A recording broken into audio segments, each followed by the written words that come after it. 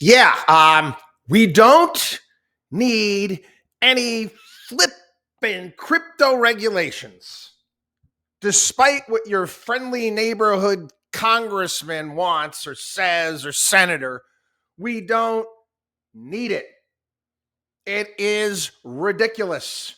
You're buying fake freaking money. And I'm livid on this. I am. Again, we're going to talk about that today. Obviously, many other things we're going to go over on the program today. From the Fed, coming out with their decision this afternoon and statements. Again, time stamping this program. We're doing it before the Fed announcement because, quite frankly, to be honest with you, it's not changing my philosophy on how you should be doing things with your money. But anyway, Senate banking hearing set to take aim at FTX and cryptocurrency industry, the largest Ponzi scheme in history. Yep, we told you that. And again, you still have members of Congress thinking this is some new and innovative thing. No, it's an opportunity for them again to raise money. Oh, they're trying to track down all of this Sam Bankman-Fried money that he donated in the tens of millions of dollars. They're saying he actually used fake names to get money to politicians. Yep. Also, more on where he spent this FTX looted funds on swanky real estate himself. Now, obviously not a tailor. Obviously not a tailor, and obviously not a personal trainer, nor a barber, for crying out loud. Another story on again, Binance right now pausing withdrawals from their platform, certain coins, tokens, whatever the flip you want to call them, from their platform. Hey, people, did you see what happened in, remember at Christmas? It's a Wonderful Life with the run on the banks. It's run on the crypto exchanges. There's no FDIC with this. You do realize that, right? Anyway, I want to get into this because again, it bothers the hell out of me. And we have been more effective. We've been more effective than government regulators, and quite frankly, uncovering fraud and alerting people to ripoffs and scams than they have. It's the reality. It's a reality. And if you're new to the program, don't believe me, go back and take a look. Go read my stuff going back to the 1990s, the stuff we've called over the years. That again, I'm not a political entity. I'm not a part of the executive branch of government. I know FINRA is independent of all that. Let's think about this, okay? Let's be practical, all right? I am for intelligent regulation that is in black and white, that makes sense. And I remember when Republicans and Democrats got together, Bill Clinton was on his way out, and they repealed Glass-Steagall. Now, Glass-Steagall, going back Depression era legislation, kept commercial banks and investment banks, they couldn't be apart. They were kept separate. And let's be honest, it worked pretty well. Worked pretty well for about 70 years until they tried to get rid of it all. And again, since they repealed that, and again, Glass-Steagall was what, maybe about 50, 60 pages long? Repeal that. We got .com anarchy, all that crap that went through the roof, all the lying, the analysts working with the investment bankers to push crappy deals, to push on you. None of this would have happened. None of this would have happened. Again, you kept certain parts of banking separate. Little checks and balances there. So what do we get? what do we get after the dot-com collapse? George W. Bush, president. We got Sarbanes-Oxley. Thousands and thousands of pages of new regulations. Did it make the investing climate any safer, any better? Do you remember Eliot Spitzer? Eliot Spitzer, the Attorney General of New York at that point in time, making like he's going to actually do something. Didn't do a damn freaking thing. No, nobody, no. Well, actually, that's not true. One guy got in trouble. Guy by the name of Ted Seipel, who was a back office order taker, I think at Bank of America at the time. If I'm not mistaken, I think that's where he was. And he was some, what did he do? He placed mutual fund trades at the behest of certain hedge funds after the markets closed and they got repriced, whatever it may be. You had firms out there knowingly selling deals that they knew sucked to the investing public. Nothing happened. Nothing happened to them. Okay, so we got now thousands and thousands of pages of regulation, Sarbanes-Oxley, which most certainly put a damper on the IPO market, the investment banking market, post.coms. But that's okay. That's okay. Wall Street moved on, had another great scam, packaging shitty mortgages together and selling them. Oh, wow, look at this above average yield. That might set off a red flag there. How is that yield possible? Again, no problem, no big deal. Federal Reserve missed it. We didn't. Just like we didn't miss the dot-com collapse, nor Enron, or Dynegy, and WorldCom, and all these things that we've warned you about.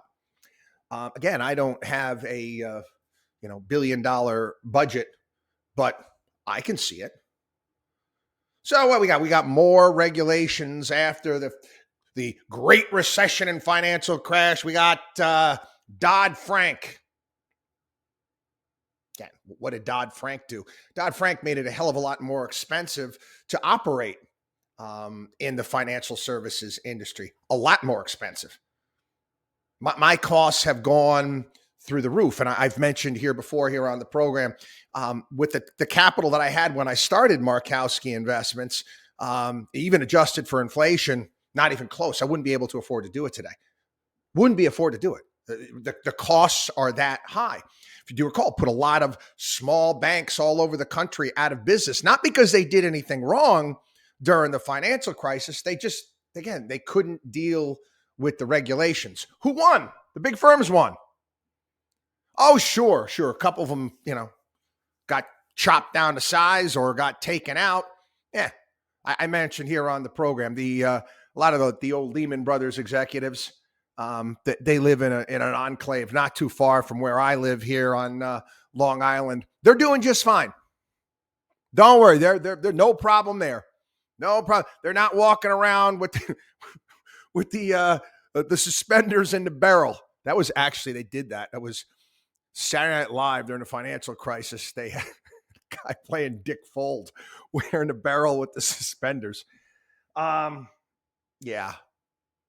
Crypto. I've played the clip on the radio show from the movie Big, where you got Tom Hanks' character in a meeting where they're discussing a rollout and this new toy, and it's a building that turns into a robot, and I don't get it. How is it fun? Yeah, it didn't make any sense. None of this makes any sense to me. I don't care what type of freaking bullshit, jargon, blockchain, BS, the future of this. It's horse manure, okay? Horse manure. These politicians, you understand that you are involved in an industry that is, for crying out loud, this is the greatest thing that has happened to criminals ever. You remember a commercial that was being run?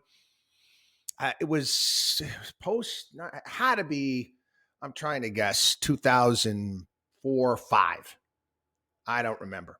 And the commercial was basically, it was an anti-drug commercial, but basically saying, if you're doing drugs, You're doing drugs, you are financing terrorists. And the commercial was right. Oh, there was all sorts of blowback. They had to pull it off. It's like they didn't want the people doing the drugs to feel bad for doing the drugs, but it was an accurate commercial. I mean, come on, people. Come on. I mean, we don't know what this is.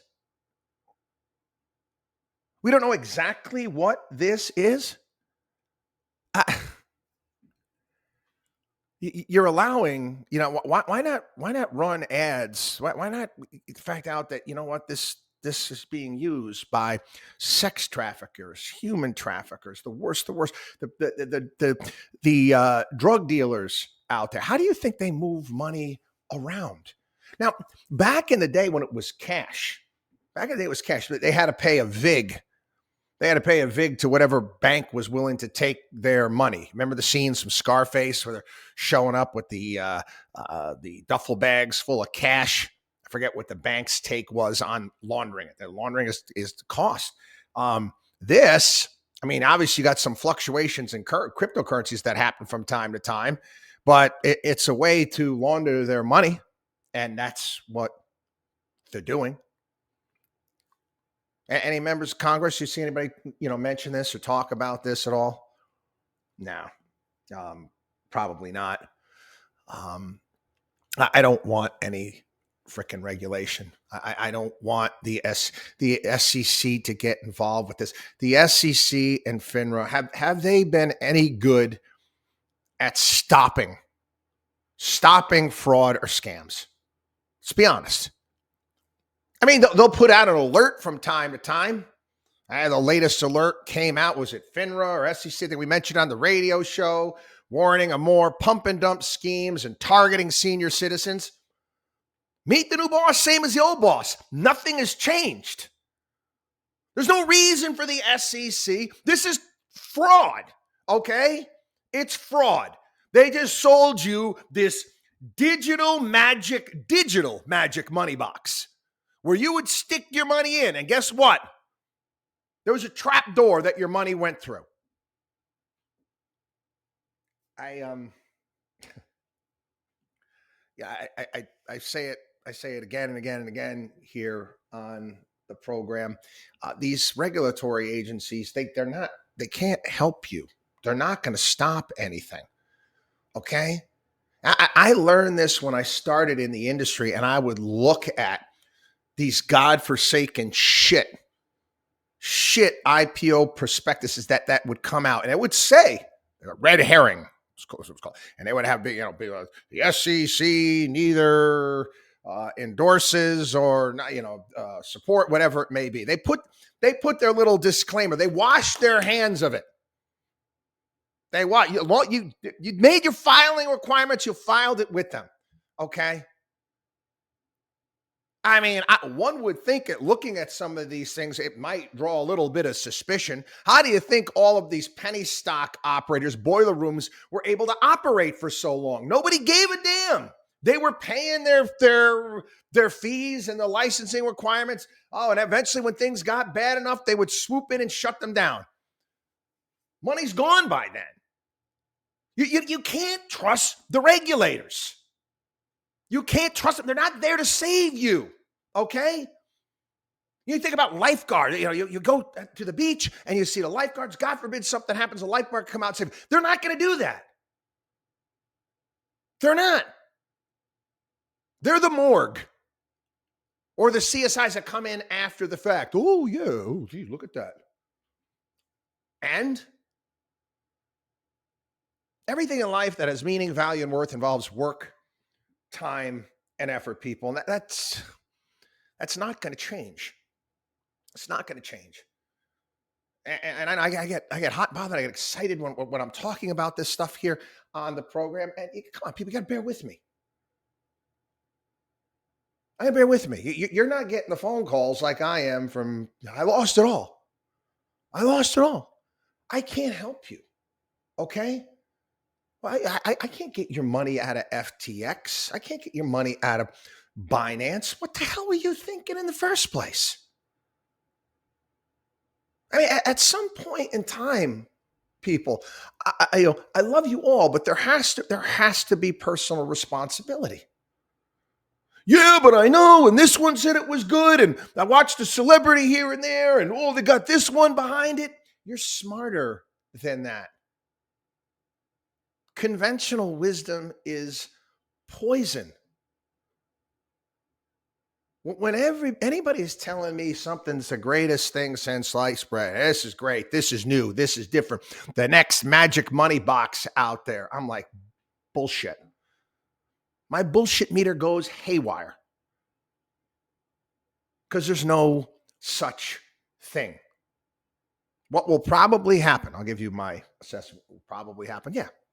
Oh, regulator, probably the SEC, will get jurisdiction over crypto. And obviously that means more funding, more government funding, going to get more money. And they'll try to police this, make it respectable. Right. Sure. Anyway, yeah, Wall Street thrilled with this. Big firms will be thrilled with this because then again, it's just another thing that they can make money on. When they move paper from one end of the room to the other, they want to get paid when they're moving paper from one end of the room to the other. And this is just another piece of paper, digital, but it's in blockchain, moving from one place to another. They'll collect their VIG and make money. Again, we told you one of the ways you make money on Wall Street is based on flow. You're involved in the flow, you're doing all right. Anyway, this right now, this spending bill, move on to government spending. Well, let's just put this in assume the position. Assume the position. Yes, remember that? Animal House, Kevin Bacon, bent over, Niedermeyer, whack. Thank you, sir. May I have another whack? We're going to get smacked again. And to all you Republicans out there, you proud elephants, please, okay? Please, there's no fiscal restraint in the Republican Party. You got Democrats and Republicans working together to spend ungodly sums of money. 7,500 earmarks totaling $16 billion are being negotiated on right now between the Senate and the House. Oh, yeah. Yeah, and guess who's getting a lot of this money? It's like a going away president. We crack jokes all the time. You had some government job or you're working at some office your entire life. You get the gold watch when you retire. When you're on your way out, you've been raking in the money throughout the time you're there. But on your way out, they're taking care of you. Oh yeah, all these outgoing senators. You see the type of money that they're getting. Holy crap! Patrick Leahy, $213 million in earmarks. What are they? They're going to put up more ski resorts in Vermont? Vice Chairman, Republican Richard Shelby, Alabama, $656 million in earmarks. Senate Armed Service Ranking Member, Jim Imhoff, $511 million in earmarks. I used to crack jokes here on the program. Remember how powerful Senator Robert Byrd was from the state of West Virginia. And you ever drive to West Virginia? That entire state is named after that guy. It is. Crying out loud, you got a public restroom, you're going to take a leak at the urinal there. Is Robert Byrd Memorial Urinal, for crying out loud. Everything. He was an effective senator. He took taxpayer. He brought home the bacon to West Virginia. This has been going on for years and years and years. I remember talking about airports going in. What was the name of that Democrat powerful member, House member? It'll come to me in a moment. The airport that he had put in that barely any flights were going into.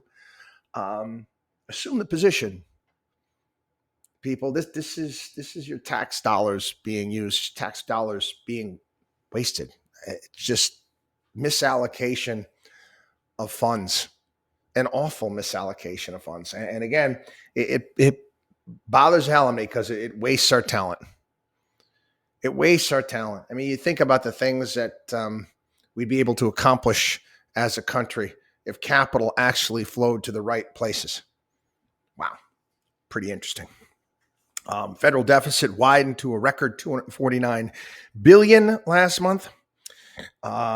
State tax receipts have dropped, so spending rose. Yeah, it's deficit narrowed, but that was due to Biden keeps touting that was due to a lot of COVID spending that has gone away.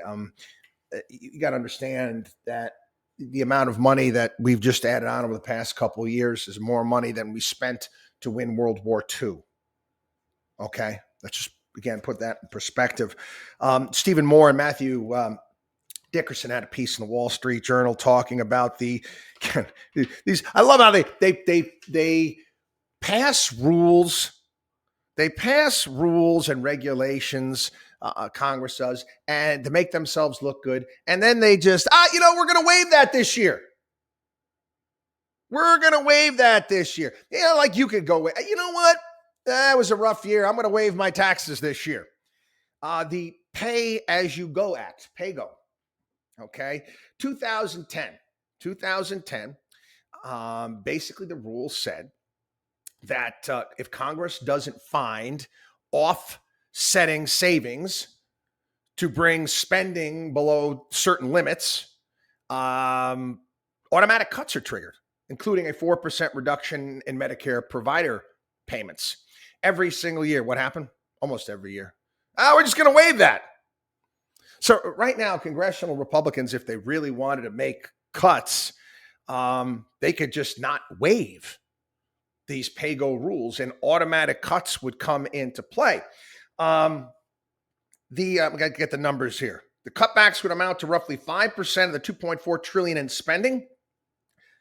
President Biden has approved without a single Republican vote, simply canceling the $80 billion for 87,000 new IRS agents, curtailing some of the tens of billions of Green New Deal subsidy programs, and clawing back $500 billion in unspent COVID money. Think about that. $500 billion. $500 billion is still floating around out there. A half a freaking $1 trillion just floating around. Anyway, cutting 3 cents of every dollar from domestic non-entitlement programs would also comply with the budget law. But again, do I think that that's going to happen? No.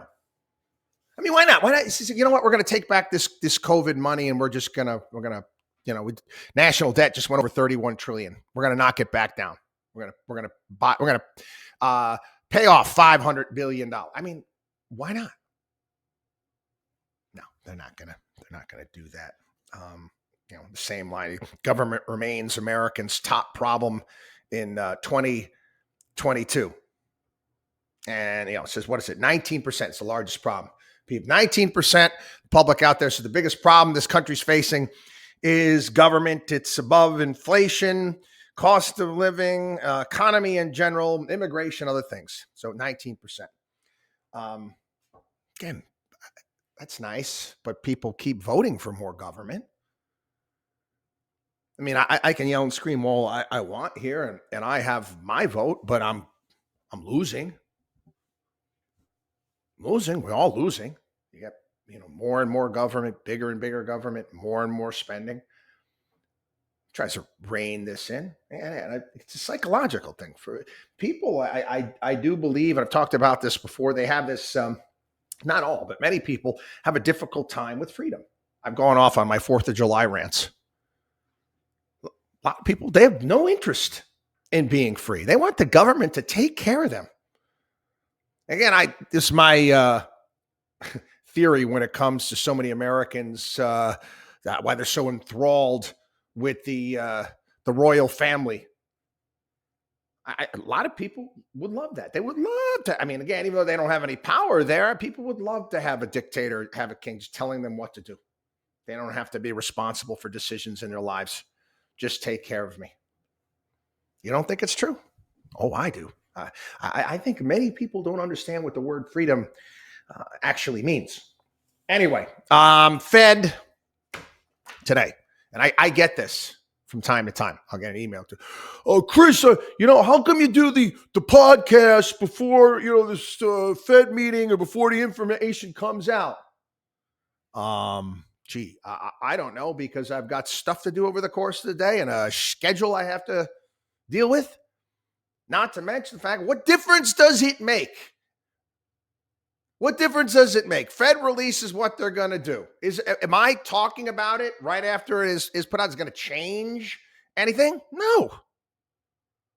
We'll go over it. We'll discuss it tomorrow on the program. But again, it's not changing the way I'm doing things, not changing my philosophy in regards to what's going on out there and how we're positioning our clients. What if the Fed, oh my God, shocks the world? Market would tank 75 basis points. Or the opposite, 25 basis points. Again, get through it. Sun will come out tomorrow. It's just the reality, people. Everybody out there thinking that you could trade this thing, you can't. You could if you were privy to information that nobody else had. Yesterday, before the CPI came out, about a minute before it came out, trading went berserk. It was as if somebody knew something. And again, I think back, another great Christmas movie, Die Hard, a great Christmas movie. Trading Places, another great Christmas movie. Remember, you got with Beaks in the Crop Report, frozen concentrated orange juice. Yeah. The White House says, no way that information come out. Trading anomaly. Right. Guys, no such thing as coincidence like this. It just doesn't exist. They just don't. Somebody had access. Somebody made a fortune. It's the reality of the situation. Again, am I going to get myself bent out of shape over it? No, I'm not. I know I'm not going to get that type of information. Again, if I did, it would be illegal for me to do anything with it. But again, like I said, if you had an ethical bypass at birth, Wall Street's a good place for you.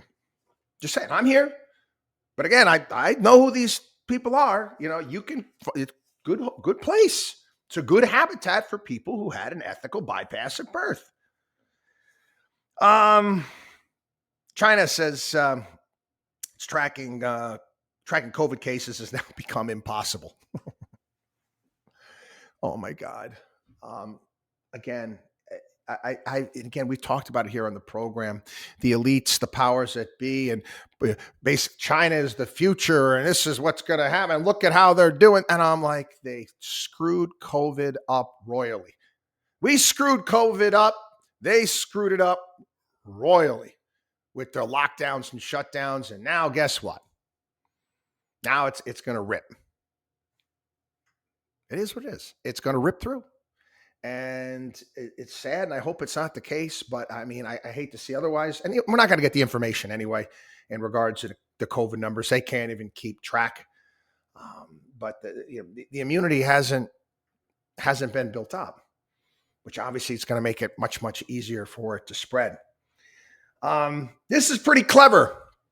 I got to give, when the overlords, techno bureaucrat types come up with something clever, I gotta give them a hand. I gotta give credit where credit is due here. I don't like it, but again, European Union, not one for innovation when it comes to new businesses or anything like that, as we all know. Well, they are pretty innovative when it comes to taxes and regulations, and in this case, tariffs. The European Union's path to decarbonization might soon include a carbon dioxide emissions tariff. Yep. Oh, you're a carbon emitter. Sinner. You're a sinner. We're going to have to put a tariff on you. Yep. Going after climate abusers there. I got one more here. I saw this and it creeped me out. It creeped me out. They've now come up. This again. This is Germany. And this is the type of innovation you're coming up with. They've come up with a birthing pod instead of being born and raised a traditional way. Birthing pods. They're showing, and you talk about how freaking creepy this is. It's kind of like this, bit of the side plot there in Superman there, right? The Kryptonians. Kryptonians were they were basically, they had some sort of computer that designed babies, did all sorts of stuff, but Superman was a natural birth, something like that. But anyway, I was thinking about when I saw this, and I don't want to upset. I don't want to upset the dog owners out there that own these dogs, because I like these dogs. They're adorable. But you got all these little doodles, like golden doodles, and this doodle and that doodle, and all these genetically, let's put it this way: dogs that probably wouldn't be hitting it, for lack of a better phrase, in the real world. Well, again, they're making these awfully cute breeds that are out there. Adorable. They look like Disney dogs. They don't even look. Some don't even look real. It's cartoonish to some degree how cute these dogs are. But again, okay, they're dogs and they're pets, and people are getting them because they don't want them to shed and a myriad of things. Do you understand what this is going to lead to with this birthing pods, when parents are going to be able to, in essence, engineer the type of kid that they want? You think that this is a good idea? Do you? Why don't you take a few steps back and I don't know. Look at the unintended consequences. Again, I know I'm going off on a bit of a rant here, societal stuff. I see it now. You see these women that are supposedly, they put them out as being beautiful, gorgeous, and they look like mannequins. They look like mannequins. They don't look real. They look fake. I don't get it. I don't understand the attraction. What makes us makes humans, to me, is partially our flaws. Our flaws. And I just thought about it. There was that scene, and again, it was the genius of Robin Williams. If you go back and watch Good Will Hunting, and there was a scene, he totally improv the entire thing. You could see Matt Damon was laughing his head off. They're in a session, and Robin Williams' character, Sayers, tells him about how his wife would fart in her sleep. And he was like, yeah, real rip. And he was laughing his head off. And, basically his point was, he says, it's those little things, the peccadillos, that's the good stuff. And for the life of me, I don't get it. This is a little on the creepy side, people. Again, look it up. You don't believe me? Yeah. Birthing pods, engineering babies. I want a baby with blonde hair and blue. Are you kidding me? Anyway, have a great day, everybody. I promise we'll talk about the Fed tomorrow. Watchdog on WallStreet.com, our site, watchdogonwallstreet.com. Have a great day.